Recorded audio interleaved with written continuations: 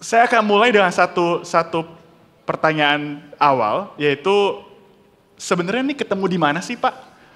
Kan tadi udah, oke lah ada sambungannya ya dari masing-masing monolognya. Tapi saya penasaran, boleh dong diceritakan dari masing-masing perspektif kapan ketemu dan kapan proses dealingnya dibikin buku nih? Nah, tapi saya cerita proses ketemunya dulu ya sebentar ya. Iya boleh Pak. Jadi saya ketemu Dedi di tahun 2011, sekitar bulan Juli. Oke. Betul, pada waktu itu Dedi adalah salah satu sarjana yang memilih untuk menerima panggilan tadi itu yang Dedi ceritakan. Dan hari bertugas sebagai ilustrasi, Dedi ini dapat tugasnya di Kepulauan Tanimbar. Saya kira gambaran ya, Kepulauan Tanimbar tempat Dedi. Dari Jakarta terbang ke Ambon. Oke. Dari Ambon naik kapal 1 malam sampai ke Saumlaki. Oke. Dari Saumlaki naik itu kapal besar. Dari Saumlaki ke pulaunya, pulau apa ya namanya? Molum. Pulau Molum. Pulau Molum. Pakai perahu kecil. Iya. Berapa lama? Ya 3 sampai 6 jam. 3 sampai 6 jam. Okay. Kemudian dari Pulau Molum? Biasanya dari desa Adodomolo kita jalan kaki sekitar 1 sampai 2 jam. Wow. Jadi dari sini terbang ke London, sudah sampai ke tempat Dedi belum sampai.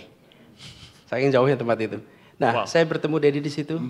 Sesudah itu kita berinteraksi dan sesudah Dedi pulang, Dedi memilih untuk terus menjadi bagian dari perjuangan. Dan saya mau cerita sedikit, Dedi mengangkat banyak anak-anak dari desa itu, bahkan salah satu dari anak-anak yang dia angkat hari ini sudah menjadi sarjana atas beasiswa yang Dedi kumpulkan. Ya. Luar biasa. Nah saya ketemu Sarah waktu desak Anies. Waktu desak Anies itu Sarah tuh maju. Dia bilang,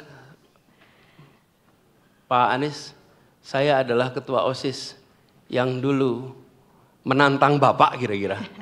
Karena saya waktu itu memutuskan menghapus MOS dan Sarah ketua OSIS SMA 8 Bandung yang pada waktu habis dihapus secara tidak sengaja, saya itu waktu itu ke Bandung dengan Pak Wali Kota datang ke SMA 8. Dan dia sebagai ketua OSIS, waktu itu datang menemui saya dan memprotes kebijakan MOS langsung sama menterinya.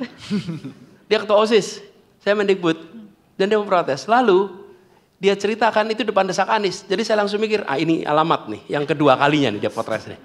Yang pertama di 2016 ya, 2016. Yang kedua di 2023. Dan kemudian dari pertemuan kedua itulah kita tersambungkan. Jadi itu interaksi kitanya. Tapi Dedi yang kemudian ngobrol dengan Sarah, yang ngobrol dengan kita. Akhirnya kita bertiga jadi banyak kerja bersama. Oke, baik. Mas Dedi boleh dilengkapi lagi bagaimana proses ketemunya dan bagaimana itu bisa ada dealing nih untuk buat buku bareng bertiga. Iya, mungkin tadi Pak Anies cerita bagaimana saya kemudian bertemu Pak Anies gitu ya. Walaupun saya sebenarnya bertemu Pak Anies tuh banyak dari gagasan-gagasan beliau ya. Tadi saya juga cerita sedikit dari surat terbuka untuk pemuda Indonesia. Ini banyak beberapa teman saya yang satu perjuangan tuh ikut terjebak mungkin waktu itu ya. Tapi setiap kali saya di desa, kan kita no help ya, tidak ada sinyal, nggak ada.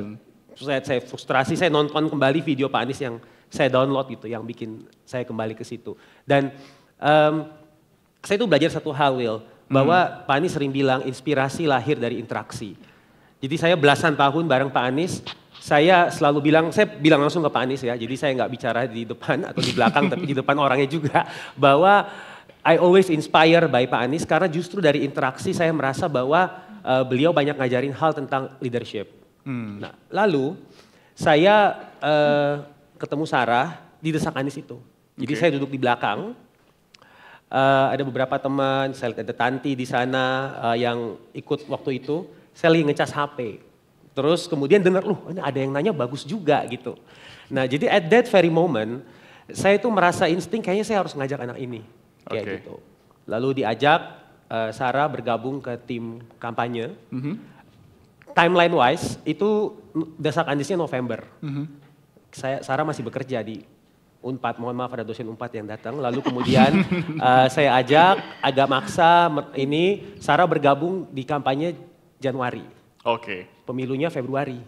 Jadi dia dari employee ganti pekerjaan, unemployed lagi dalam sebulan, kira-kira gitu. Karena selesai Februari selesai. Tapi lalu kemudian saya melanjutkan diskusi dengan Sarah. Sarah banyak nanya terkait dengan hidup, kepemimpinan, Pak Anies seperti apa sih, dan banyak hal lah tentang hidup. Saya lalu satu hari merasa bahwa kita banyak dialog dengan Sarah, lalu kita memutuskan kayak kita nulis sesuatu, diskusi ini tuh harus diceritakan. Seperti itu. Itulah mungkin awalnya ya. Sarah bisa nambahin, Sarah. Iya, silakan Sarah, melengkapi. Oke. Mungkin nambahin sedikit aja.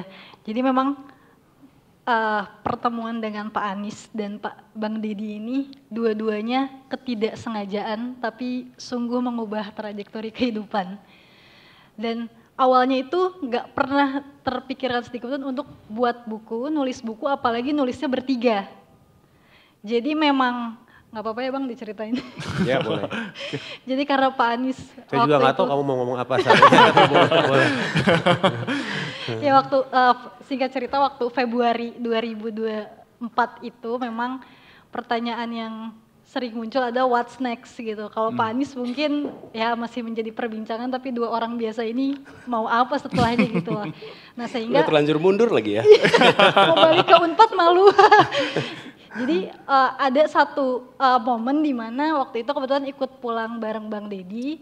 Terus memang saya itu setiap ada orang bicara cenderung memang suka mencatat. Bukan karena rajin tapi karena mudah lupa dan senang sekali untuk ya mencatat kebijaksanaan orang atau cerita-cerita orang itu. Nah di mobil itu mungkin setiap Bang Deddy ngomong saya nyatet terus dan tiba-tiba Bang Deddy nanya Sar, kamu suka nulis ya? Terus singkat cerita akhirnya di Februari itu memang akhirnya mau nulis buku tapi berdua aja dan terus tiba-tiba topiknya berubah-ubah, banyak sekali draft yang udah sempat dibuat juga Pak Anies sebelum berkolaborasi bertiga, tapi sekarang nggak kepake. Tapi intinya adalah di momen itu, saya sama Bang Deddy akhirnya mutusin untuk mau nulis topiknya kepemimpinan. Terus saya nyeletuk di momen itu, di 2024 itu, lucu juga Bang kalau 3 ketua OSIS dari 3 generasi nulis buku bersama tentang kepemimpinan gitu. Jadi sebenarnya singkatnya what's next-nya nggak tahu waktu itu untuk orang biasa seperti kami akhirnya kita mutusin nulis bareng-bareng ya. Gitu Secara sih, kebetulan memang Sarah ini ketua OSIS SMA 8 di Bandung, Deddy ketua OSIS SMA Raja Wali Pak. Raja Wali teman di SMA saya undang Pak khusus dari Makassar. Ini banyak teman-teman SMA yang ikut. Iya. Nah, teman saya di Jogja udah pada senior soalnya. Saya ketua OSIS SMA 2 di Jogja. Wow. Jadi kemudian mereka ngobrol, Pak ini 3 ketua OSIS kumpul dong nulis sama-sama. Terus Deddy punya cerita juga soal itu soalnya. Oke. Nah, tiga-tiganya sama-sama ketua OSIS, tapi pertanyaannya kan jalannya beda-beda ya. Gimana sih bisa menyelaraskan semua itu untuk diolah jadi sebuah buku? Apakah pasti kan ada yang dipotong, ditambah dan sebagainya dengan karakteristik masing-masing. Mungkin dia bisa menjawab. Iya, jadi saya dan Sarah itu tuh sampai pada satu pemahaman bersama, yaitu leadership wisdom kita itu datangnya banyak dari Pak Anies. Jadi Pak Anies punya banyak, jadi saya mengikuti, Sarah banyak nonton YouTube, Pak Anies ngomong dan lain-lain ya. Jadi kita banyak refer to that. Nah sehingga prosesnya itu agak sedikit lebih mudah. Jadi kita merasa bahwa ya udah kita ceritakan ulang hal-hal yang Pak Anies pernah ajarkan, baik in private ke saya maupun ke publik. Karena seringkali kan cerita Pak Anies itu attach dengan posisi beliau sebagai gubernur, sebagai menteri, sebagai calon presiden. Tapi belum pernah diekstrak menjadi sesuatu yang memang ya pure leadership teori gitu. Jadi awalnya itu ya kita berdua, lalu kemudian kita datang ke Pak Anies nambahin ya. Jadi prosesnya kira-kira seperti itu ya. Ada tambahan nggak, Sar? Cukup Bang. Oke. Dan ini sedikit out of topic, Tapi saya sempat simak di salah satu halaman, nanti bisa lihat Bapak Ibu ya, yang udah pegang bukunya, itu diberikan kepada seseorang, kepada satu nama dan sosok. Mungkin Mas Dedi bisa jelaskan siapa orang itu? Karena rasanya kita agak penasaran tentang itu. Iya, jadi kalau Ibu Bapak teman-teman lihat di halaman terakhir dari buku, itu ada tulisan untuk almarhum Syafiq Basri. Jadi 2024, Pak Anies menghubungkan saya dengan Pak Syafiq. Pak Syafiq dulu belasan tahun lalu pernah menulis buku tentang kumpulan tweet Anies Baswedan. Lalu Pak Anies kebayang, Pak Syafiq mungkin juga tertarik nih untuk mengupdate si tweet-tweet karena setelah 2012 mungkin kalau nggak salah 2014. kan berapa Pak? Setelah 14. Setelah 14 kan banyak. Okay. Saya bertemu Pak Syafiq, beliau dosen di London School of Public Relations dan itu sangat membekas. Kira-kira gini Will, Pak Syafiq bilang, Mas Dedi, waktu sudah berubah. Yang sekarang banyak punya cerita itu anak-anak muda. Jadi Pak Anies kan rame di TikTok, ada dengan ya segala macam, ada tadi himawan dari humanis di sini dan komunitas-komunitas yang ramai ya. Jadi Pak Syafiq terbayang, saya mau menulis tentang pemikiran Pak Anies, tapi saya mau ngajak tim mahasiswa-mahasiswa beliau di LSPR. Beliau ngirim WA, Mas ini adalah draft awalnya. Dan memang dibantu untuk ditulis oleh mahasiswa. Sebelum buku itu sempat berlanjut, Pak Syafiq sedang mengajar di depan kelas, dan dia terkena serangan jantung dan meninggal di tempat. Saya berusaha mencari kontak dari istri beliau tapi belum ketemu karena saya punya kontak Pak Syafiq aja. Jadi kita mendedikasikan bukunya untuk beliau, seorang senior yang dengan sadar melibatkan mahasiswa untuk ikut terlibat. Jadi bagi kami menginspirasi dan semoga sebagian dari pemikiran dan niat baik beliau juga tercantum di buku ini. Mungkin Pak Anies bisa cerita sedikit tentang Pak Syafiq. Ya, dan Pak Syafiq itu memang pada tahun 2014 menerbitkan kumpulan tweet. Saya sendiri juga karena tweet itu kan barang publik ya. Jadi beliau mengumpulkan tweet itu menjadi buku. Jadi buku kumpulan tweet. Lalu di tahun 2024, udah 10 tahun kemudian mau diteruskan, tapi dengan cara yang berbeda. Nah, Pak Syafiq ini seorang dokter by training dari Unpad, tapi kemudian menjadi jurnalis di Tempo dan bekerja untuk UNICEF. Lalu kita berjumpa karena beliau menjadi dosen di Paramadina dan kemudian dosen di LSPR. Dan seperti ceritakan Dedi tadi, di depan ruang kelas beliau wafat karena serangan jantung tanpa ada gejala apapun juga. Dan saya sampaikan pada Dedi sama Sarah, terima kasih karena telah mendedikasikan buku ini pada seseorang yang mencintai ilmu, pada seseorang yang mencintai menulis, dan mudah-mudahan ini menjadi bagian dari jariah untuknya. Amin. Amin. Luar biasa. Saya mungkin akan coba geser ke lebih substansi, Pak. Tapi tadi saya ke-trigger soal bicara bahwa, Mas Didi sempat bilang tadi, Pak Syafiq bilang bahwa anak muda itu punya satu chance untuk tentang kepemimpinan ya. Punya stance yang cukup baik lah gitu, kepemimpinan. Saya minta pendapat Pak Anies terkait dengan itu, Pak. Melihat kondisi sekarang, dengan dinamika yang berjalan saat ini, ya saya juga mungkin anak muda ya, tapi saya ingin tanya, sebetulnya bagaimana sih Bapak memandang anak muda? Seberapa istimewa ya memang kami anak muda ini? Dalam konteks kepemimpinan, apakah memang, karena mungkin ada beberapa pihak yang notabene, quote-unquote, ya ini mah remeh-temeh aja ya, anak kecil nggak punya pengalaman, kira-kira begitu Pak. Ya memang anak muda karena usianya dia belum memiliki pengalaman. Karena itulah anak muda tidak menawarkan masa lalu. Anak muda menawarkan masa depan. Jadi kalau anak muda jangan ditanya pengalamannya apa. Saya sering bilang pada teman-teman mahasiswa, kalau Anda daftar sebuah perusahaan lalu ditanya, jelaskan pada saya pengalaman Anda, maka jawab, kalau Bapak cari orang pengalaman silakan cari orang tua. Tapi kalau Bapak ingin punya masa depan maka ambil saya menjadi bagian dari tim Anda. Luar biasa. Jadi anak muda tawarkan masa depan. Nah, cuman sekarang kan situasinya anak muda itu tumbuh dalam suasana yang sering disebut ketidakpastian. Iya. Tapi menurut saya itu yang membuat anak muda itu menjadi tangguh. Justru karena ketidakpastian. Dan anak muda itu saya sempat bikin catatan tuh. Tidak hanya mencari jawaban. Yang menarik dari anak muda itu karena mereka berani mempertanyakan hal-hal lama yang terjadi di sekitarnya. Jadi kekuatan anak muda dalam bayangan kami adalah kebaruannya. Anak muda itu selalu bawa baru. Kalau ada anak muda tidak bawa kebaruan, dia sesungguhnya sudah tua. Dan kalau ada orang tua terus menerus membawa hal yang baru, sesungguhnya dia masih muda. Wah. Makanya saya sering bilang, kalau ada orang pidato dengan mulai dulu, ini tanda-tanda udah tua nih. Jadi bahwa kalau udah mulai dulu, ini tanda-tanda tua nih.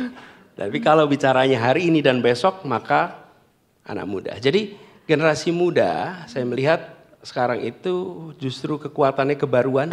Dia sanggup melihat dari perspektif lain yang tak terduga. Saya beri contoh. Di Jakarta, kami sedang bertugas di Jakarta. Tahu-tahu di kawasan Terowongan Kendal terjadi keramaian tiap sore. Kenapa? Karena zebra cross itu yang sudah puluhan tahun di sana selama ini dipandang oleh semua mata sebagai tanda menyeberang. Di tangan anak-anak muda berubah jadi catwalk. Mereka menyebutnya sebagai Citayam Fashion Week. Teman-teman sekalian, itu dalam semua urusan. Dilihat dengan perspektif baru yang kita tidak lihat sebelumnya. Nah, karena itu jangan pernah sepelekan kekuatan anak muda dalam melihat sesuatu yang tak terbayangkan. Yang tadi saya sebutkan. Terus sekalian, teman-teman, sudah ratusan tahun bangsa ini ada. Tapi ketika anak-anak muda menyepakati, yuk kita bikin sebuah bangsa dengan satu bahasa persatuan. Itu jeniusnya luar biasa. Yang berada di ruangan ini, kalau ditanya latar belakangnya beda-beda, bahasanya beda-beda. Hari ini duduk di sini, kita tidak perlu penterjemah untuk mendengarkan apa yang dikatakan oleh orang yang duduk di depan. Kenapa? Karena kita punya satu bahasa persatuan, bahasa Indonesia. Jeniusnya anak muda. Hari ini pun kita menyaksikan terobosan-terobosan. Jadi menurut saya anak-anak muda itu kekuatannya terobosannya, kebaruannya. Nah, biarkan anak muda kasih ruang. Dan saya yakin bagi generasi tua, anak muda bukan datang untuk menggantikan. Anak muda datang untuk melengkapi generasi sebelumnya. Luar biasa. Terima kasih Pak. Dan karena itu saya ingin follow up sedikit. Apakah itu jadi salah satu dasar bagi Bapak untuk membuat buku ini bersama-sama? Karena rasanya tokoh nasional seperti Pak Anies kayak biasanya single author Pak, nggak multi author Pak. Saya penasaran kenapa mau bersama mereka? Jadi gini, menulis kepemimpinan itu bukan soal siapa lahir lebih dulu. Tapi soal siapa mau mendengar. Dan kita sering menyaksikan bahwa banyak organisasi, banyak perkumpulan, itu sulit maju dan berkembang. Itu bukan karena kurang pemimpin. Tapi karena terlalu banyak yang ingin didengar dan kekurangan orang yang mau mendengar.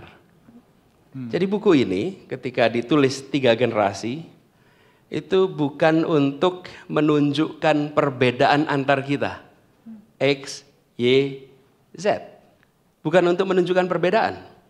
Tapi justru buku ini untuk menunjukkan bahwa dialog lintas generasi berpotensi menghadirkan wisdom baru. Kebijaksanaan baru. Dan setiap generasi, ini Sarah punya potongannya. Dedi punya potongan dalam melihat kebenaran. Masing-masing generasi punya potongan di dalam melihat kebenaran. Bila antar generasi itu disambungkan, mudah-mudahan gambaran atas potongan-potongan itu menjadi gambaran yang utuh. Itu harapan dari buku Lintas Generasi ini. Oke, baik, terima kasih Pak Anies. Saya ingin geser sedikit ke Mas Dedi ini. Tadi Mas Dedi sempat singgung bahwa inspirasi dari Lintang ya. Saya ingin tanya dong, dalam konteks sekarang, apakah lintang yang dulu Mas Dedi lihat, itu masih ada sampai saat ini? Iya, di dalam buku saya menuliskan ya, bahwa saya diskusi sama Sarah. Jadi kita itu menurut pemahaman kami ya. Jadi kalau kita mau naik ke atas, kita harus mulai dari lembah dulu nih. Kita menemukan apa sih lembah kita ya. Dan bagi saya itu tidak bisa terima dengan ketidakadilan. Dan lintang ini tuh sebenarnya simbol ketidakadilan. Pertanyaan yang bagus sekali Will. Jadi di buku saya juga nulis bahwa later on saya ingat saya baca Bumi Manusia misalnya. Cerita di mana analis dibawa ke Belanda, berpisah dengan Mingke. It just hurt me gitu. Saya nulis satu chapter di malam di mana Pak Tom Lembong divonis 4 tahun. 4,5 tahun penjara. Saya nggak bisa terima. Lalu saya bilang, kalau dengar ketidakadilan itu it just hurts me gitu. Nah anyway, jadi menurut saya lintang-lintang itu ada dan justru kita terus harus menemukannya seperti itu. Saya dengan tadi Pak Anies sedikit cerita, saya berterima kasih ada ibu-ibu bapak dari Yayasan Lanjut Sekolah yang sudah ber-10 tahun bareng lebih gitu, menyekolahkan berapa anak. Itu hanya effort paling kecil dari kita untuk kita merasa oh ya kita bisa bantu yang ini, kita bisa bantu yang ini. Tapi saya berusaha menceritakannya selama ini dan lewat buku ini agar kita juga terdorong nih. Jadi di mana ada injustice, di mana ada ketidakadilan, di mana ada orang yang seharusnya dapat tapi enggak, dan kita bisa stand up, we need to kayak gitu. Jadi that's just what I see ya. Oke. Sarah, saya minta pendapat yang sama. Apakah meskipun ini konteksnya adalah Mas Dedi dengan lintang ya, tapi saya minta pendapat Anda sebagai sama anak muda. Apakah Anda sedang juga melihat lintang yang sama saat ini?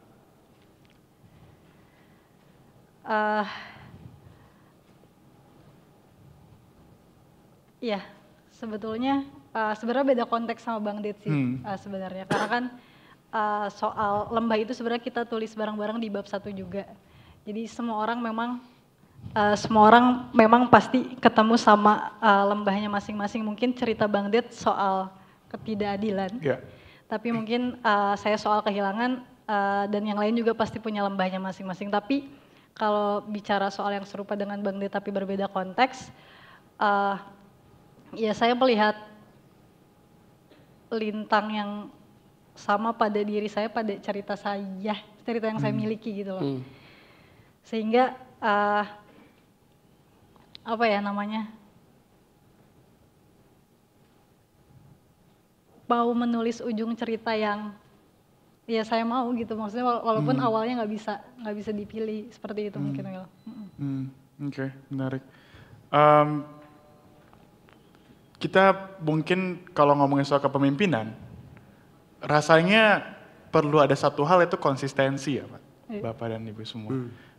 Saya ingin tahu dong dari pengalaman masing-masing, perspektif dan generasinya masing-masing, dalam proses mendapatkan atau sampai pada titik kepemimpinan yang ada saat ini, bagaimana cara bisa tetap teguh pada pendirian jalannya? Tadi seperti Sarah dengan proses puluhan tahun mengkonversi rasa lukanya, Mas Dedi dan Bapak sekali juga melihat ketidakadilan dan berusaha untuk terus konsisten pada itu. Apakah ada satu pegangan tersendiri untuk membuatnya tetap teguh dalam berjalan? Mungkin dari Sarah dulu. Mungkin kalau prinsip saya untuk survive dalam hidup itu cuma satu.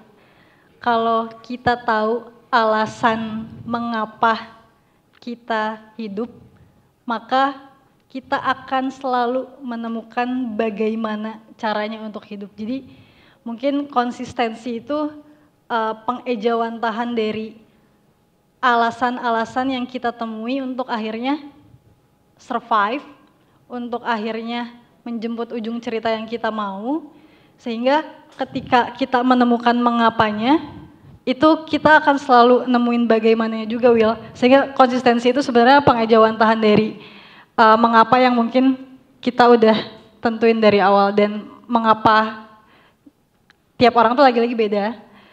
Tapi mungkin pada akhirnya ketika kita nggak ada backup plan, justru itu nggak ada pilihan lain untuk survive. Dan mungkin dari situ kita konsisten. Oke, Mas Dedi? Iya, kalau saya sih melihat bahwa cara saya melihat konsistensi mungkin gini kali ya, bahwa saya tidak mengincar ultimate outcome gitu. Tapi saya mengejar progress.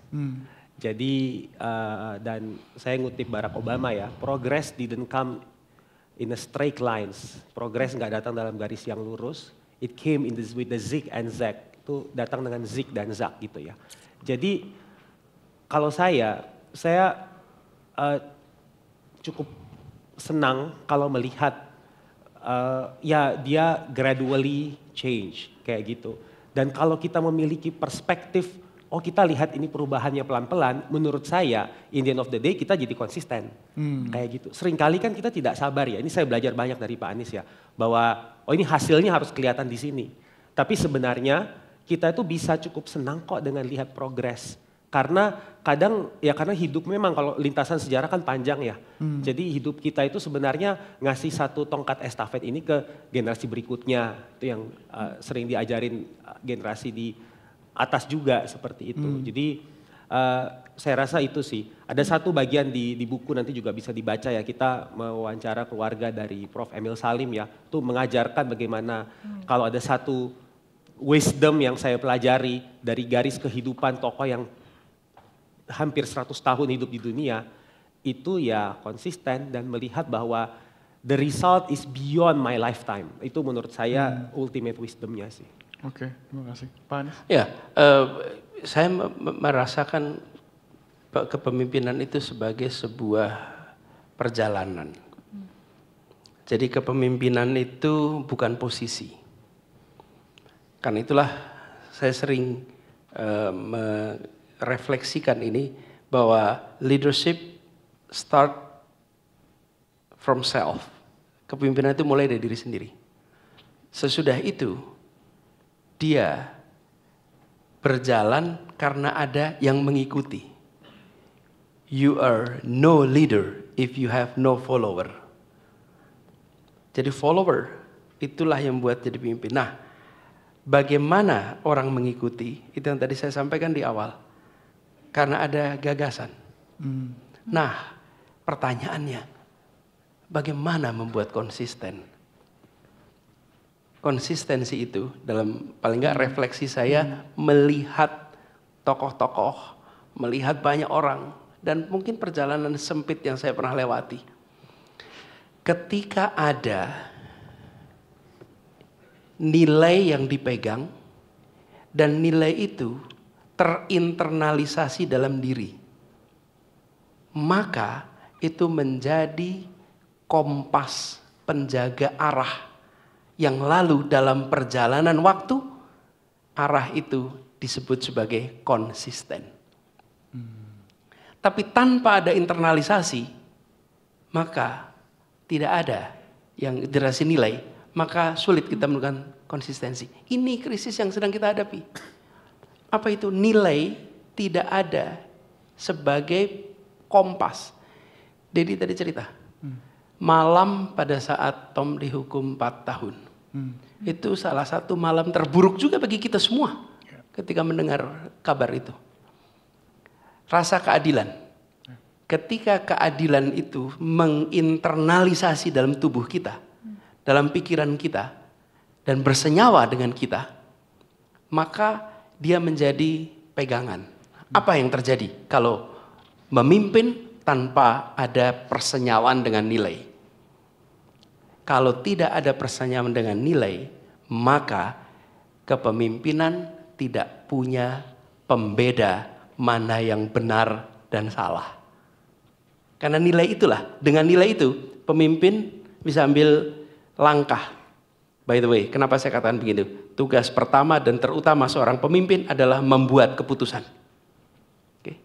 Sehingga kalau punya pegangan nilai, dia akan ambil keputusan dengan merujuk kepada nilai. Dan nilai itu membedakan antara benar dan salah.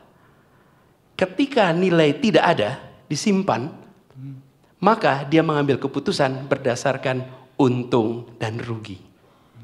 Berdasarkan baik dan buruk dari perspektif manfaat. Ketika dikatakan baik hari ini,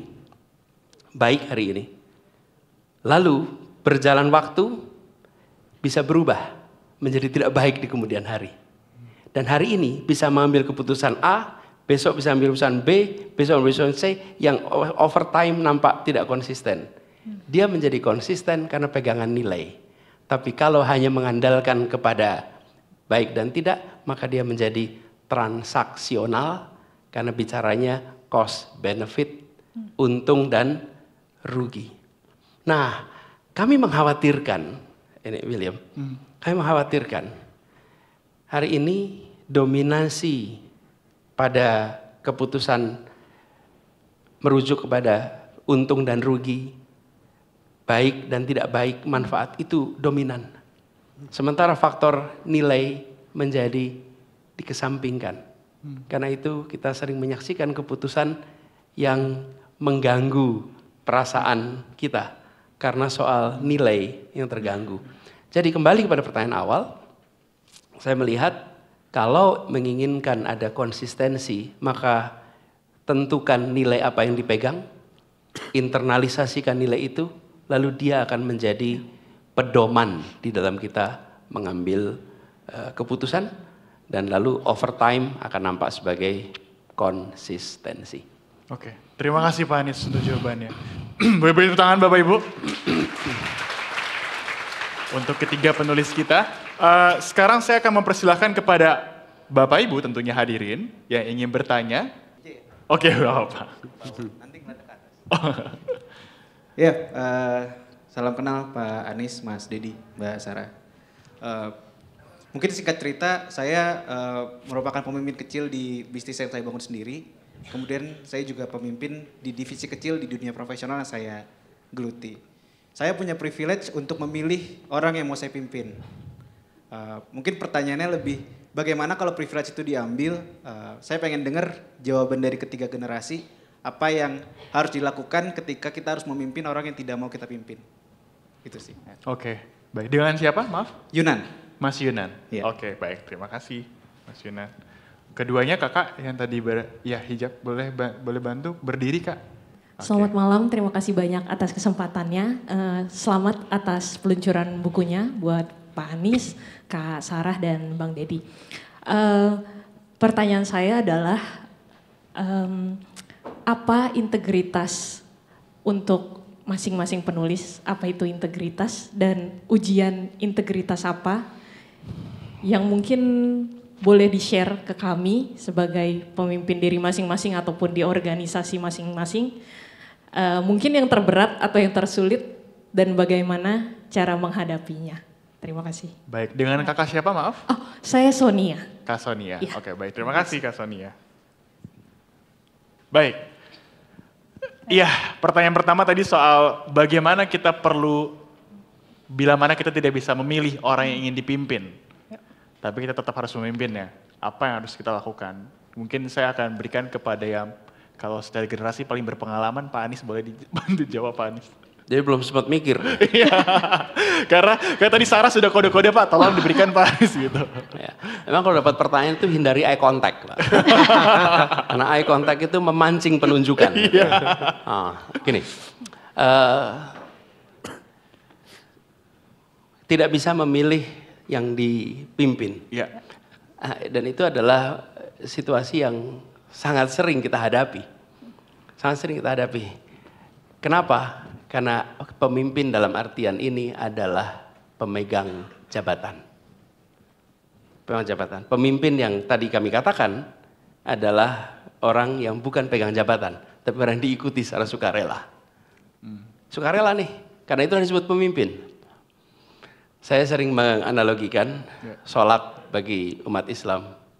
Bagi umat Islam ini kalau sholat, walaupun dia pakai jubahnya imam, dan sholatnya di mihrab di masjid tempatnya imam, tapi kalau dia sholat sendirian tidak boleh dipanggil imam. Yang menentukan dia dipanggil imam itu kalau ada satu orang berdiri di belakangnya. Langsung di-convert itu jadi imam. Jadi follower yang menentukan leader. Kenapa jadi leader? Karena itu bagi semua pelatihan kepemimpinan, jangan over glorified leader. Karena what makes you leaders is your follower. Karena itulah nomor 1. Nah, tapi dalam konteks pertanyaan Anda tadi adalah pemimpin dalam artian pemegang kewenangan. Anda pegang kewenangan, Anda tidak bisa menentukan bawahnya. Kan itu kejabatan. Nah, kalau di pengalaman kami, nomor 1, sampaikan tentang misi yang hendak diraih dan meminta komitmen untuk loyal pada misi. Loyal pada misi. Nomor 1, kalau tidak loyal pada misi, maka jangan ikut organisasinya. Itu syarat, bukan loyal pada diri kita, tapi loyal pada misi organisasi. Yang kedua, sepakati capaian-capaian yang harus kita uji sama-sama atas misi itu. Sehingga dalam perjalanan kita bisa melakukan assessment secara terbuka dan bisa bicara dengan baik-baik. Karena kita nggak bisa menentukan siapa yang siapa. Yang ketiga, jangan tengok sikap pandangan di masa lalunya sebagai dasar untuk menentukan sikap di hari ini dan ke depan. Saya pernah bertugas masuk ke kantor gubernur. Kemudian yang bertugas kantor gubernur banyak pejabat yang ditentukan oleh gubernur sebelumnya.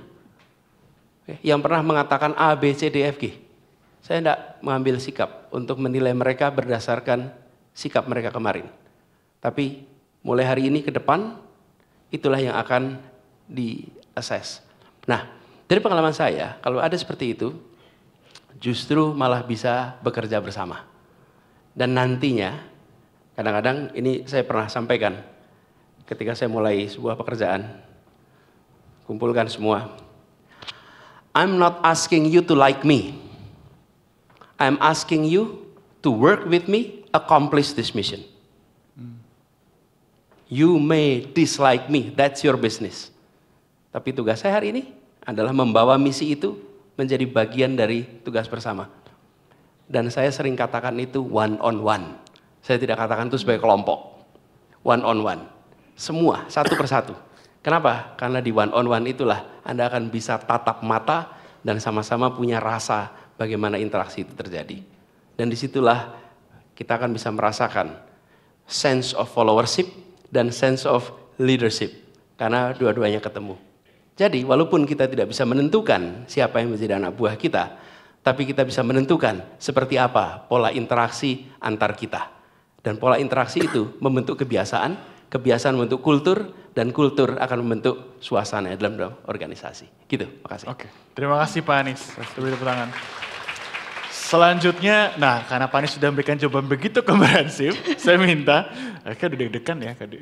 Oke, silakan Sarah mungkin bisa membantu juga memberikan perspektif. Mungkin nambahin sedikit aja dengan versi yang tidak sekompleks Pak Anies, karena based on experience juga mungkin cenderung lebih sedikit dibanding yang sudah lebih lama hidup.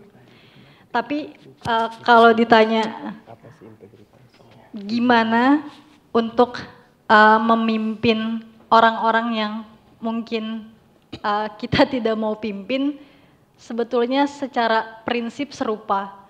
Ketika bicara soal kepemimpinan dalam konteks kolektif, which itu maksudnya adalah bersama-sama, maka yang utama bukan lagi jenis relasi antara saya dan kamu, tapi apa goals kita bersama. Sehingga harus ada hal yang dikompromikan dalam rangka mencapai misi bersama itu. Jadi sudah bukan soal saya nggak mau memimpin orang seperti ini, atau kamu nggak mau dipimpin orang seperti saya, tapi ketika sudah berkomitmen dalam satu kolam yang sama, dalam satu misi yang sama, maka menurut saya yang diutamakan itu adalah goals-nya itu sendiri.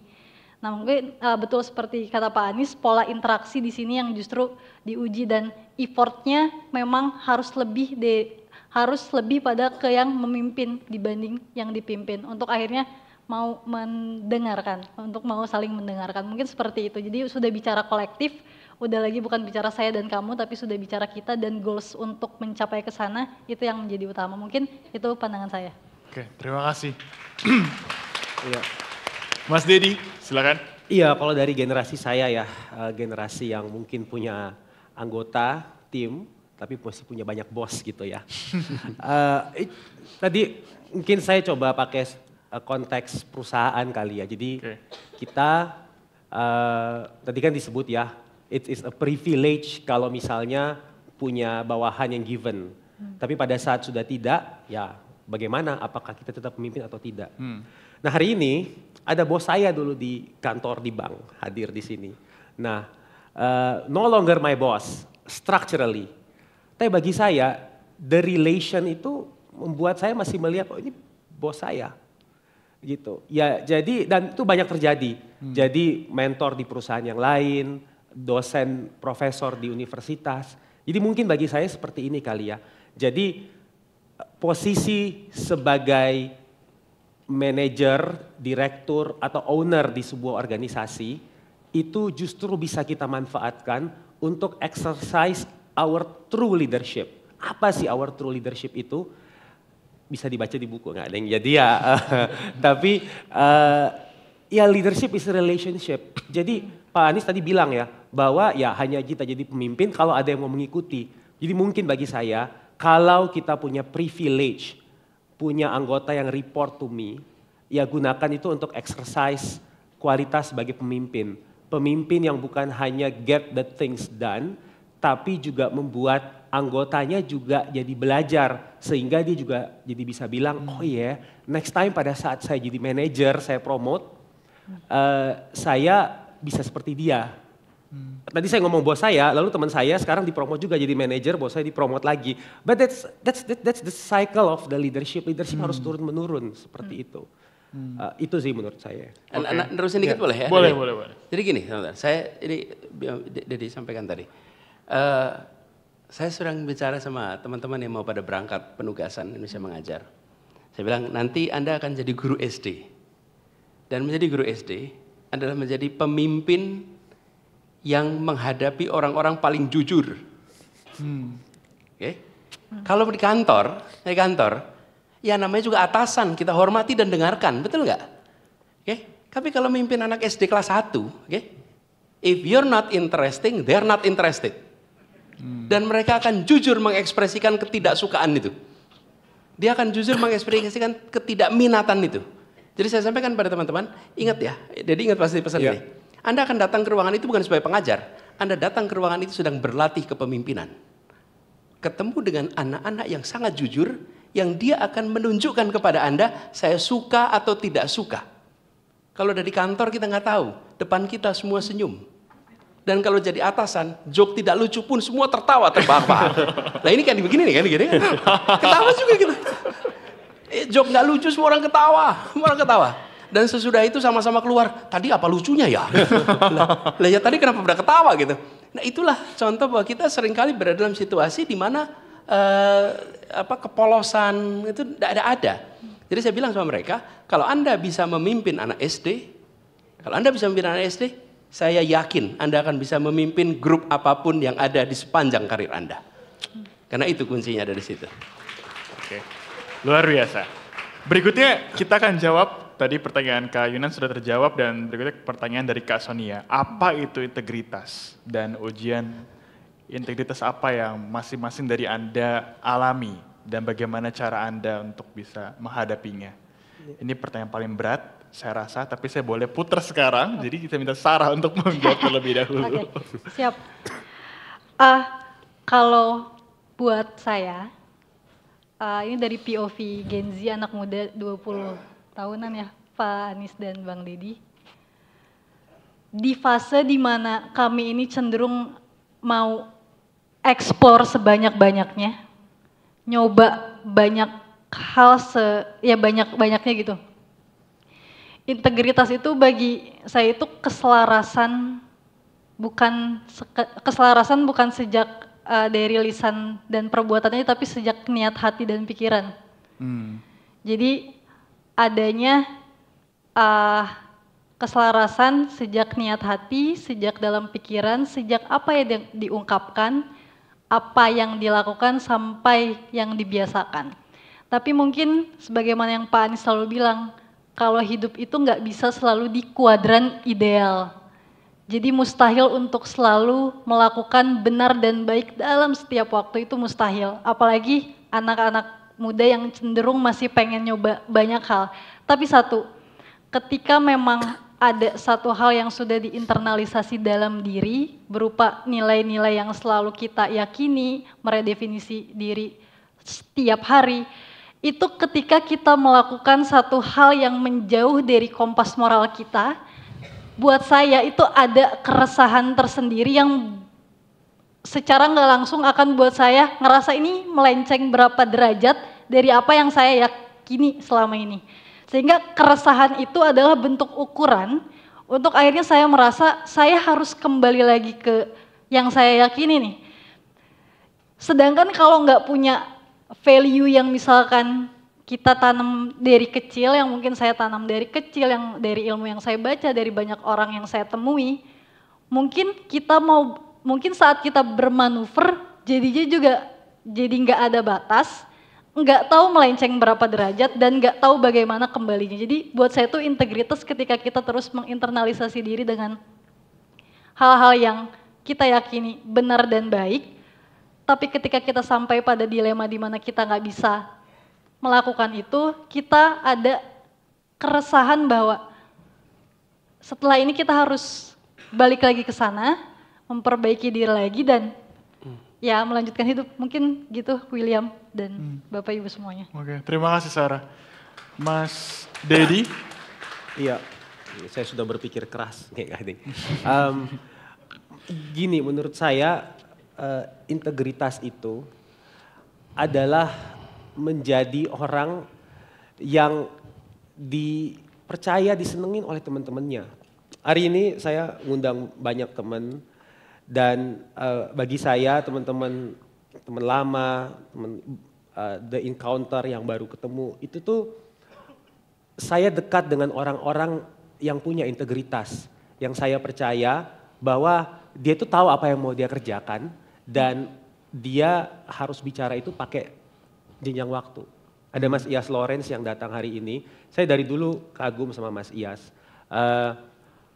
Podcaster paling senior, tapi justru masih junior, seperti itu. Jadi Mas Iyas started the podcast Makna Talk sejak masih sangat muda dan menjajal orang-orang yang lebih senior.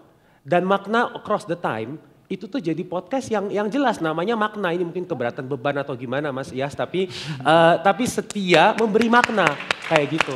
Dan bagi saya that's integrity. You know what you're doing, kita tahu apa yang kita kerjakan dan kita tahu bahwa orang tuh ngelihat kita loh. Seperti itu. Jadi Pak Anies, ini saya nutup dengan Pak Anies sering ngajarin that yang kita punya itu hanya nama baik. Jadi jaga nama itu baik-baik. That's integrity for me. Okay. Wow, very strong. Ini semua jawabannya powerful sudah.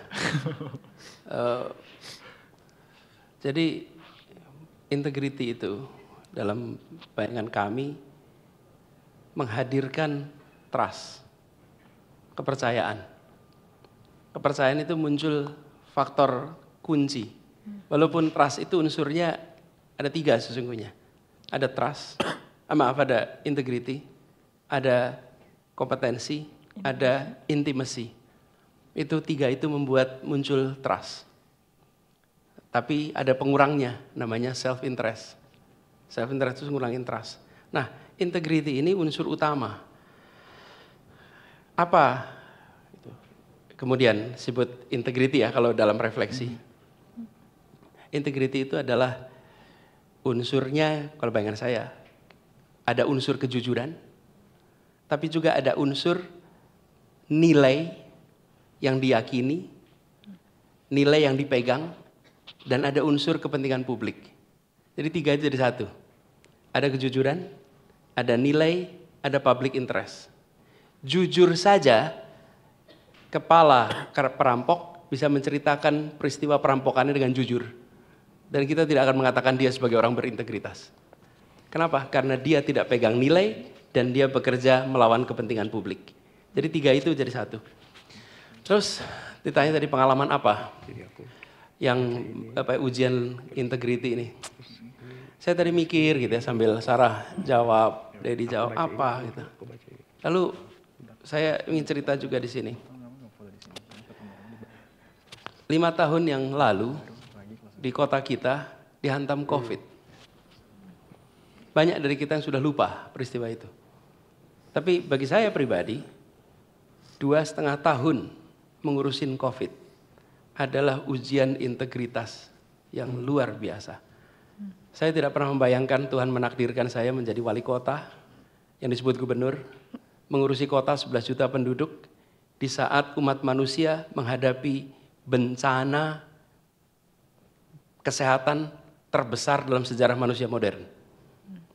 Di mana saya dapat laporan kepala dinas, tidak pernah terbayangkan datang Pak Anies, makam kita penuh. Tidak pernah terbayang ada laporan makam itu penuh. Harus cari makam. Anda bayangkan mimpin kota tiap hari terima laporan kematian. Tapi sekalian, periode itu adalah periode di mana saya katakan pada tim, ini yang kita butuhkan adalah kepercayaan dari publik pada negara. Rakyat harus percaya. Kenapa rakyat harus percaya? Karena tidak bisa menangani pandemi itu hanya tangan negara. Semua orang harus terlibat. Konsekuensinya apa? Konsekuensinya lakukan hal yang benar walaupun tidak populer. Yang kedua, lakukan hal yang benar walaupun bertentangan dengan pemerintah pusat. Ini ujian integritasnya nih. Di mana ujian pertamanya? Ujian pertamanya ketika fakta-fakta ditutupi dan kami pilih buka. Itu ujian integritas tuh. Kami pilih mau buka, pemerintah pusat bilang jangan. Kami merasa kalau dibuka membuat orang sadar dan percaya kami tidak nutup-nutupi. Pemerintah pusat bilang jangan dibuka karena kalau dibuka menimbulkan kepanikan. Oke? Lalu saya bilang pada teman-teman semua, ini ada catatan di situ. Jangan takut atas opini hari ini. Jangan takut atas apa yang ditulis hari ini. Tapi takutlah atas apa yang ditulis para sejarawan di masa depan. Karena mereka akan menengok keputusan kita berdasarkan data yang lengkap. Hari ini kita kerjakannya potong-potongan. Itu ujian integritas yang paling besar. Dan saya ingat ketika kita harus ambil keputusan waktu itu yang namanya rem darurat bulan September 2020. Saya di sidang khusus oleh para menteri gubernur Jakarta. Karena pada hari itu stok di Jakarta anjlok karena Jakarta memutuskan darurat. Dan saya bilang pada semua, nggak apa-apa kita dimarahin. Tapi kita sedang menyelamatkan manusia, nyawa manusia. Dan ini tantangan terbesarnya. Kenapa? Karena yang kita kerjakan sifatnya mencegah. Mencegah itu keberhasilannya tidak gampang dibuktikan. Oke? Pemadam kebakaran, ada peristiwa kebakaran 10 rumah, dia memadamkan dan padam dalam 2 jam mudah diukur. Tapi pemadam kebakaran berkeliling ke semua rumah, mencegah kebakaran, tidak bisa dibuktikan. Dan pada saat itu, dilema yang kami hadapi adalah, if you do it, kalau Anda kerjakan, mencegah, tidak bisa dibuktikan. Tapi kalau membiarkan, kami yakin itu akan terjadi. Selama 2 tahun, itu isinya ujian keputusan-keputusan integritas. Kenapa? Karena berhadapan dengan opini publik, berhadapan dengan pemerintah pusat, yang prinsipnya berbeda. Nah kami merasa bahwa integritas. Kenapa? Karena kami butuh rakyat Jakarta percaya. Dan alhamdulillah rasanya rakyat Jakarta percaya pada pemerintahnya pada masa pandemi kemarin. Karena insya Allah pemerintahnya jujur di dalam menyampaikan kenyataan yang dihadapi oleh masyarakat. Gitu. Luar biasa, terima kasih kepada Sarah, Mas Dedi dan juga Pak Anies untuk jawabannya. Sebelum kita sudah sampai di penghujung acara, dengan closing statement, tapi sebelum itu saya ingin memastikan satu hal bahwa saya punya satu keyakinan bahwa buku ini bisa hadir bukan hanya karena 3 penulis dan 1 penerbit. Maka dari itu saya ingin minta kesediaan Mas Dedi untuk bisa mungkin memberikan kepada kita semua, menyampaikan siapa saja sih yang terlibat dan perlu sama-sama kita apresiasi atas kontribusinya. Kepada Mas Dedi kami persilakan. Iya, makasih William. Bu Bapak, teman-teman sekalian, kami ingin mengucapkan terima kasih kepada seluruh pihak yang membantu kami dari proses penulisan, produksi, sampai hari ini. tentunya inspirasi dari penulisan saya, Pak Anies dan Sarah adalah dari rekan kerja, teman, keluarga, kami semua yang hadir pada hari ini. Teman-teman seperjuangan dari Indonesia Mengajar sampai sekarang, itu adalah sumber inspirasi kami. Juga tentunya berterima kasih banyak kepada publishers kita, Peer Press, Simpul Group, ada Mas David, Mbak Nami, dan Mas Afer, kita beri tepuk tangan, yang sudah membantu untuk menerbitkan buku ini. Kita senang sekali bisa bergabung dengan jajaran penulis-penulis Peer Press seperti Mbak Afu Tami yang makasih sudah hadir pada malam hari ini juga. Dan saya ketemu Mas David, founder Peer Press, di kelas inspirasi. Di sebuah acara yang dulu digagas oleh Pak Anies juga, saya jadi fasilitatornya. Jadi kita selalu terhubung, itu tema malam ini ya. Lalu terima kasih juga untuk penyelenggara acara pada malam hari ini, Studio Jenama, Will, dan teman-teman sekalian yang menjalankan acara dengan baik. Juga dibantu dengan teman-teman dari Nara Muda Jakarta, dari Yayasan Seribu Langkah. Ini semua teman-teman yang berjuang, bekerja, dan bergerak bersama selama bertahun-tahun di belakang. Lalu juga untuk grup kita bikin company sendiri namanya PT Aksara 3 Generasi karena kita ingin agar buku ini bisa jadi platform untuk melanggengkan komunikasi atau mengkampanyekan komunikasi kepemimpinan lintas generasi. Ada Jos dan juga Nindi yang udah bantuin, terima kasih banyak. Dan semua tim sekalian. Juga ada teman-teman dari Difabis, Kopi Difabel yang sudah berjalan bergerak lama bersama kami dan juga bersedia untuk memberikan kopinya ya di depan yang mungkin sudah dinikmati oleh teman-teman. Itu untuk semua yang mendukung acara pada hari ini. Kita juga berterima kasih tentu kepada keluarga almarhum Syafiq Basri. Tadi saya ingin beri apresiasi khusus kepada pianis kita malam hari ini, Mas Aditya Setiadi yang berdiri di sini. Biasanya beliau tidak main piano untuk acara-acara seperti ini karena beliau adalah musikolog, ketua Yayasan Rumah Musik Indonesia dan juga music curator dari Jakarta City Philharmonic. Jadi sebuah kehormatan bagi kami, Mas Adi, terima kasih banyak. A good friend of us. Lalu saya ingin mengucapkan terima kasih khusus kepada 3 orang yang ikut mengisi buku ini. Yang pertama Pak Tom Lembong yang harus berbagi tugas dengan Pak Anies sehingga tidak bisa hadir pada malam hari ini karena mengisi acara di tempat lain. Tulisan Pak Tom, tulisan tangan literally ada di dalam buku. Lalu kemudian ini saya ingin nyebut orang yang punya ide di balik belakang buku, judul buku ini. Jadi kita nggak tahu nih judul bukunya apa sebenarnya. Lalu tiba-tiba saya duduk sama Sarah lagi berdiskusi, terus ada yang melintas gitu. Ini teman lama.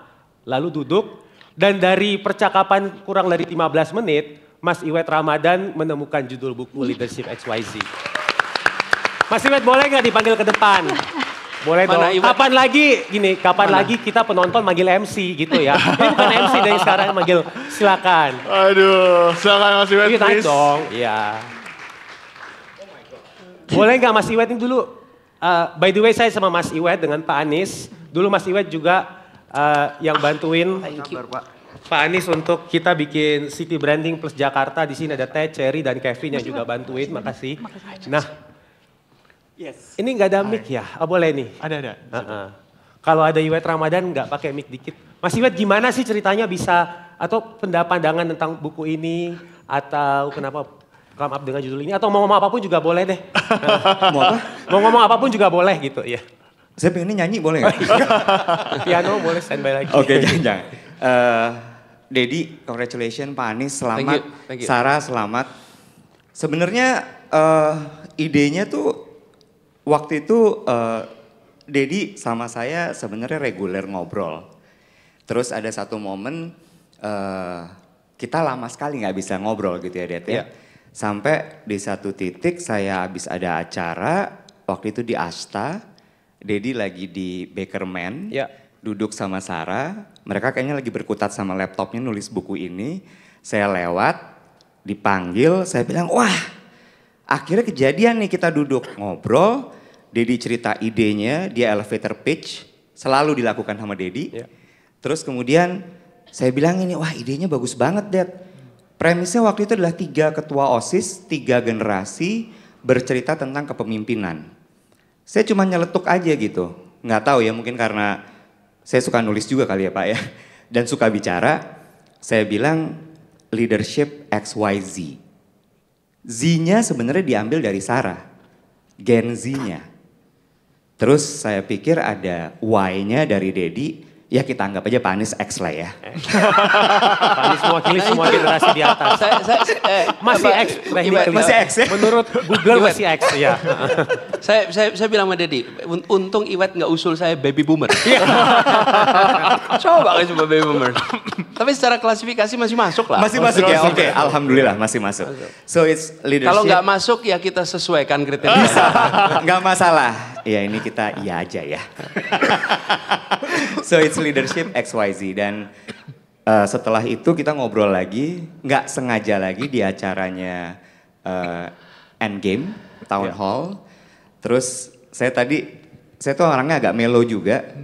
Begitu lihat acara ini saya bilang gini, saya waktu itu bilang sama Dedi gini, ngobrolnya adalah bikinnya gimana ya launchingnya, apa kita bikin bedah buku, basi Dad, semua orang launching buku bikin bedah buku, bener ya Dad ya? Iya. Terus saya bilang gini, Dedi punya orang-orang yang bisa menuturkan cerita dengan sangat baik, tuturkan cerita dalam bentuk monolog Dad. Terjadilah show malam hari ini dan menurut saya itu luar biasa. Idenya tadinya pakai kuartet ya. Iya. Violin. Betul. Budget kalau, ya? Enggak, menurut kita. Kak Iwet tolong di sini jangan terlalu gampang. Tadi Mas Iwet juga bilang pakai grand piano juga boleh lah. Boleh, betul. Tapi tadi bagus sekali pianonya dan waktu itu juga benar-benar idenya adalah mainkan lagu-lagu yang memang sangat mewakili dari masing-masing penulis.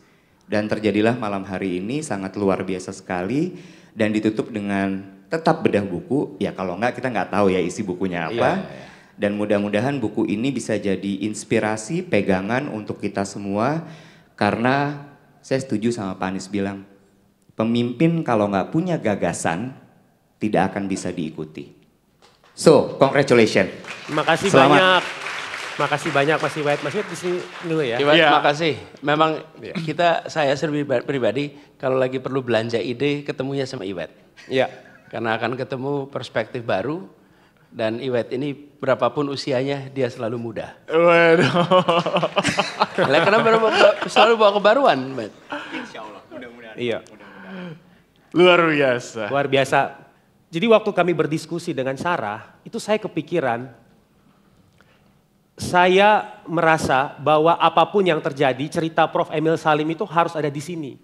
Karena Prof. Emil adalah satu-satunya orang, saya berani bilang mungkin hanya satu di Indonesia yang masih hidup, yang bisa paripurna bicara tentang kepemimpinan yang lengkap. Ini kira-kira terima kasih banyak Mas Iwet, Bu Amel, JC tolong sampaikan salam juga untuk Prof. Emil Salim yang sangat kami hormati. Melengkapi buku Leadership XYZ ini dengan yang wisdomnya di generasi paling atas. Gitu. Mungkin pertanyaannya lebih kepada, jadi apa yang ingin dijadikan sebagai tujuan akhir dari buku ini? Mungkin seperti itu. Apa yang kira-kira menjadi tujuan akhir dari buku ini dan harapannya seperti apa? Kita mungkin bisa coba mulai dari Sarah terlebih dahulu ya. Silakan Sarah. Oke. Mungkin sebelum ke tujuan akhir, mau ngucapin terima kasih dulu Wil, Pak Anies, Bang Dedi, pada semua yang udah berkenan hadir malam ini, meluangkan waktunya, terima kasih banyak. Ruang ini rasanya hampa dan kosong tanpa adanya kehadiran Bapak, Ibu, dan teman-teman, terima kasih banyak. Ya, dan mungkin sebelum ke harapan buku pun, izinkan saya mengucapkan terima kasih yang paling khusus juga kepada Pak Anies Rashid Baswedan dan Bang Deddy Kusuma Wijaya yang telah memberikan dua hal paling mahal untuk seorang anak kemarin sore seperti saya, yaitu kesempatan dan kepercayaan. Karena izin Bapak, Ibu, dan teman-teman, menulis buku itu impian saya dari kecil sekali. Dan maha besar Allah yang mengabulkannya, bahkan saya tidak sendiri, tapi bertiga, dan dua orang lainnya adalah senior dan guru yang telah mengubah peta jalan hidup saya. Terima kasih banyak Pak Anies dan Bang Deddy. Ya. Jadi terima kasih juga untuk papa mama, kakak-kakak semua, paman, bibi, saudara-saudara, teman-teman baik. Terima kasih. Jadi mungkin terakhir, kalau ditanya apa satu harapan dari buku ini, itu adalah judul buku itu sendiri, Leadership XYZ. Ini bukan sekedar buku kepemimpinan yang ditulis oleh generasi X, Y, dan Z, tapi sebagaimana huruf X, Y, Z yang ada di penghujung dari alfabet, Leadership XYZ juga di sini artinya ujung dari segala cerita kepemimpinan yang telah kami diskusikan dan refleksikan, yang bermuara pada tiga hal: memimpin diri, memimpin orang lain, dan memimpin lintas generasi. Yang kalau dielaborasi kira-kira at the end, leadership yang paling utuh itu adalah kepemimpinan yang dimulai dari diri, diuji paripurna ketika mulai diikuti, dan akan selalu relevan lintas zaman jika kita mau mendengar lintas generasi. Mungkin itu sekian dari saya. Terima kasih. Terima kasih Sarah. Mas Deddy, kita persilakan. Iya, jadi ya saya perlu berterima kasih. This is the biggest moment of my life so far. Semoga bisa ada yang lebih lagi. Tapi saya cerita sama istri saya ya. Istri saya kira-kira bilang gini, my biggest supporter, Valen bilang bahwa this always your dream, nulis buku. Dan pada akhirnya cerita kehidupan kamu sendiri yang membawa kamu ke penulisan buku itu. Saya pernah mencoba menulis buku tentang government, nulis textbook, nulis buku tentang politik, semua nggak jadi. Ini jadi dari peristiwa hidup. Dan saya berterima kasih pada teman-teman yang hadir sepanjang jalan.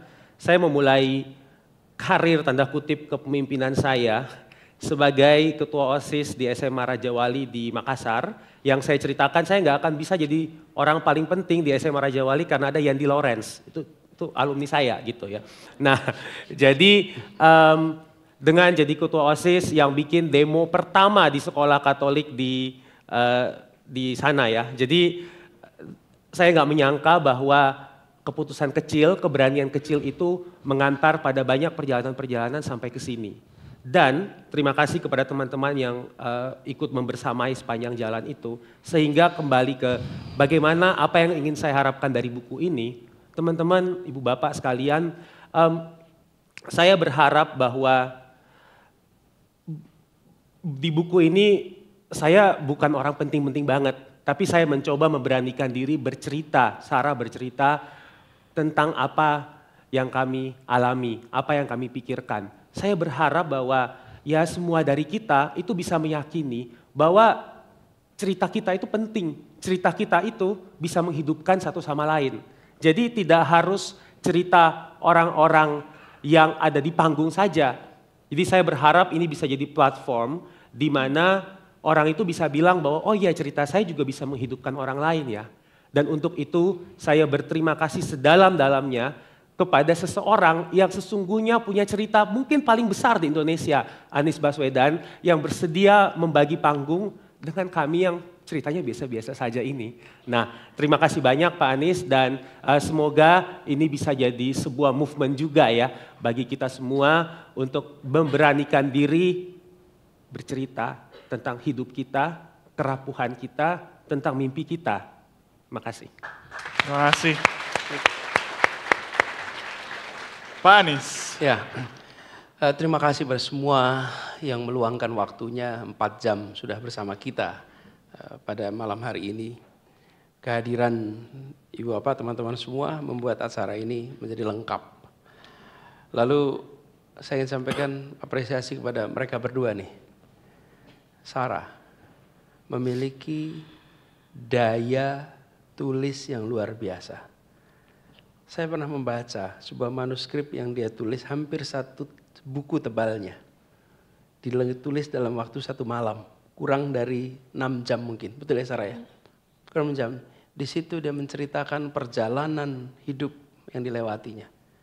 Ditulis tangan, tanpa bisa edit, kemudian undo, delete, tulis tangan.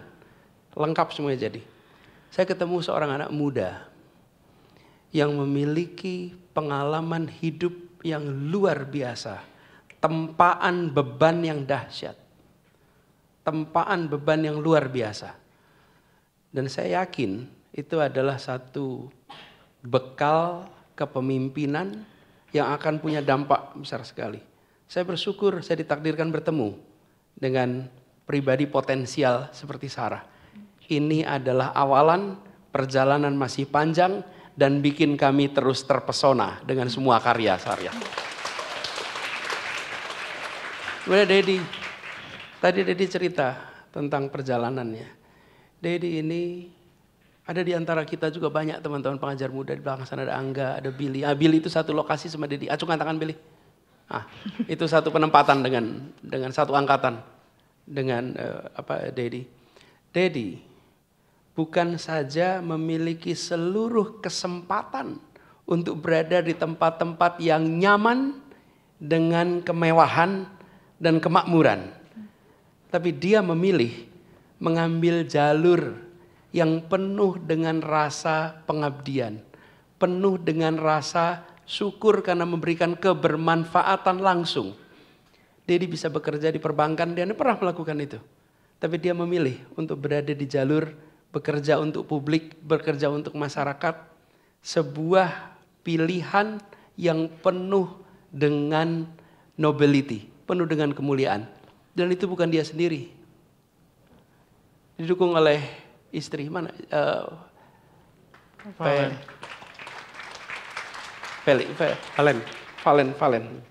Didukung sama Valen. Kalau tidak ada dukungan mereka berdua, tidak mungkin. Sabtu minggunya dia pakai untuk aktivitas penuh pesan-pesan kebudayaan. Tapi ada satu hal yang penting. Kenapa saya memilih untuk ikut sama-sama juga? Dedi adalah salah satu orang yang dalam interaksi saya memiliki executive function yang luar biasa. Executive function itu artinya apa? Gagasan jadi kenyataan. Oke? Punya gagasan banyak, tapi mewujudkan yang jadi kenyataan itu satu proses tersendiri. Dan Dedi ini salah satu orang yang memiliki executive function yang luar biasa. Kalau Dedi bilang ini adalah sebuah puncak, Dad, pilih terus jalan mendaki, karena jalan mendaki itu akan mengantarkan pada puncak-puncak baru untuk perjalanan dari ke depan. Saya bersyukur sekali di situ. Nah, soal buku ini saya punya catatan. Yang tadi saya bilang. Saya punya catatan terkait buku ini. Jadi perjalanan ketika dikombinasi dengan refleksi, dia jadi pengalaman. Kita menjalani hidup sama-sama, tapi belum tentu pengalamannya sama. Yang makin banyak mengambil refleksi, dia jadi pengalaman yang kaya. Dan kami melihat buku ini bagian dari refleksi. Satu, memperkaya penulisnya. Yang kedua, mudah-mudahan memperkaya pembacanya. Dan yang ketiga, mudah-mudahan memperkaya literatur tentang kepemimpinan. Mudah-mudahan. Dan kami melihat leadership X, Y, Z ini bukan tentang 3 huruf simbol generasi. Z, Y, X. Dengan berat hati dikatakan X. Jadi ini bukan simbol 3 generasi kami melihatnya. Tapi ini adalah 3 kesadaran. Kesadaran memimpin diri, kesadaran memimpin sesama, dan kesadaran memimpin lintas waktu. Karena itulah ada 3 generasi. Dan kita hidup di sebuah hari, sebuah masa yang sering berubah lebih cepat daripada kemampuan kita untuk menyesuaikan diri. Karena itu, kepemimpinan bukan tentang menguasai perubahan, tapi kepemimpinan adalah tentang menumbuhkan kemanusiaan dan manusia di dalam perubahan. Dan kami merasa kepemimpinan sejati itu bukan soal mengubah dunia sendirian. Kepemimpinan sejati itu justru menyalakan cahaya agar banyak orang bergerak bersama, melihat jalan yang sama untuk mendorong terwujudnya perubahan. Dan dalam 3 generasi ini, kalau tadi urutannya Z, Y, X, sekarang mulai dari X.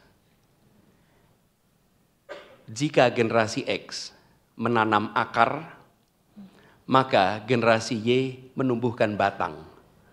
Dan generasi Z menumbuhkan cabang dan menghadirkan buahnya. Dan tugas lintas generasi adalah memastikan bahwa akar, batang, cabang, dan pohon dan buah sebagai satu pohon, dia tumbuh dan tetap memberikan kebermanfaatan bagi semua. Terima kasih. Bapak Ibu sekalian, ini dia Anies Baswedan, Deddy Kusuma Wijaya, dan juga Sarah Ardiwinata yang sudah menyampaikan dengan begitu komprehensif dan begitu kuat pesan-pesan yang diharapkan bisa menjadi inspirasi bagi kita semua. Tentu Bapak Ibu, ini baru sepenggal cerita karena selengkapnya ada pada buku itu. Jadi silakan Bapak Ibu dapat menyimak dan mendalaminya, sekaligus juga dapat menyebarluaskannya, karena Bapak Ibu sebagai informasi, buku ini sudah dapat diakses di e-commerce yang nanti dapat dilihat pada link pada layar berikut. Seperti itu. Jadi silakan mengakses dan juga menyebarluaskan buku ini bila mana membutuhkan untuk bisa kita sama-sama memberi inspirasi bagi sama kita. Demikian acara peluncuran kita pada malam hari ini. Terima kasih Pak Anies, Mas Deddy, Sarah untuk inspirasinya. Beri tepuk tangan sekali lagi untuk kita semua. Dan karena itu saya William Reynolds mewakili panitia yang bertugas pamit undur diri. Sampai jumpa pada karya-karya berikutnya. Terima kasih.